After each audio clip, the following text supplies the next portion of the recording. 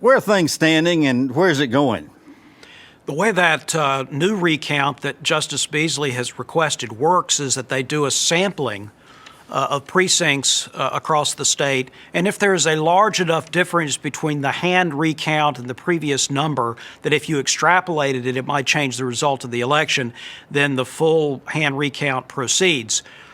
May happen. It seems unlikely given what we've already seen. There have been lots of pressure on Beasley to stop the continuing attempts to change the outcome.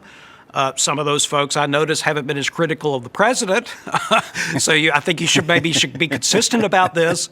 But it is true; it is very difficult for people who are in office and then there's an election and they appear to lose by perhaps a narrow margin. It is sometimes difficult for them to let go the possibility that maybe a recount or another look, or in this case, as you were alluding, protest to how the ballots were counted, that might change the outcome. It usually doesn't. But it is difficult sometimes for people to give up the hope. Doesn't this really come down to the fact that the way the law is set up, the governor is allowed to appoint the majority of the members of the State Board of Elections, and so there's 3 Democrats and 2 Republicans, and the legislature hadn't been happy about that, tried to change it at one point in time. The courts overruled them.